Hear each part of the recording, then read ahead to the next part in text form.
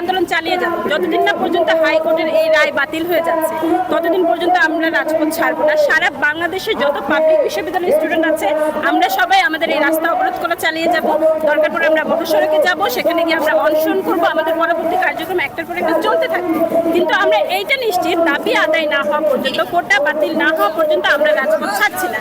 আমরা চাই সমতা বজায় থাকবো, এটা আমাদের একমাত্র দাবি। 18টি কোটা পুনর্বহাল করেছে হাইকোর্ট, তো হচ্ছে আমরা সেই কোটার বিরুদ্ধে রাজপথে দাঁড়িয়েছি।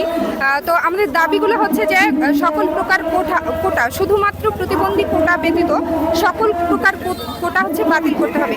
আমরা হচ্ছে দেখলাম যে 30% হচ্ছে মুক্তিযোদ্ধা কোটা দিয়েছেন, কিন্তু আসলে আমরা তো বীরের সন্তান, আমরা তো পিছিয়ে পড়া জনগোষ্ঠী না, কেন আমাদের কোটা লাগবে? আমরা নারী, এই যে নারীর ক্ষেত্রে যে কোটাগুলো দেওয়া হয়েছে, আমরা নারী, আমরা এখন হচ্ছে স্বাবলম্বী, আমরা পুরুষদের সাথে সমান তাল মিলিয়ে আমরা দেশ অগ্রসর হচ্ছে সেই সাথে আমরা তাল মেলাচ্ছি।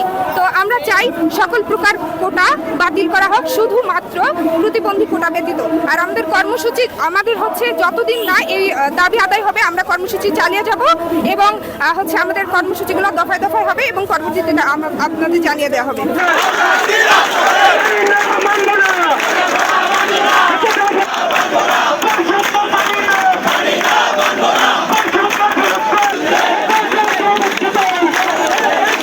আমাদের দাবি হচ্ছে যে 2018 সালে প্রথম শ্রেণীর চাকরিতে সকল কোটা বাতিল করা হয়েছিল, কিন্তু 2024 সালে এসে আবার এই আগের কোটা আবার প্রথম শ্রেণীর চাকরিতে 56% কোটা দেওয়া হয়েছে।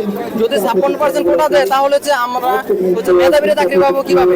যে আমরা যে বিসিএস পরীক্ষা দেই, পরীক্ষা দিতে গেলে যে দেখি 5000 পর্যন্ত সিরিয়ালে যাদের কোটা তারা চাকরি পায়, কিন্তু 500-700 পর্যন্ত সিরিয়ালে মেধাবীরা চাকরি পায় না।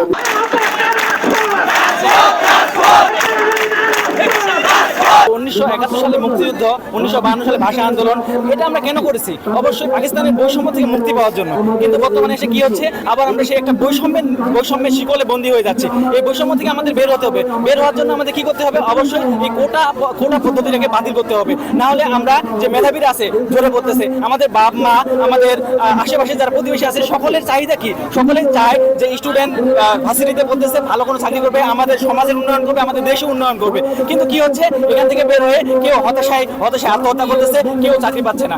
এখন আমার মেইন কথা হচ্ছে, আমরা এখন পর্যন্ত যে আন্দোলন করতেছি, আন্দোলনটা চালিয়ে যাব যতক্ষণ না পর্যন্ত আমরা আমাদের দাবিগুলো আদায় করতে পারতেছি, ততক্ষণ পর্যন্ত আমরা রাজপথ ছাড়বো না।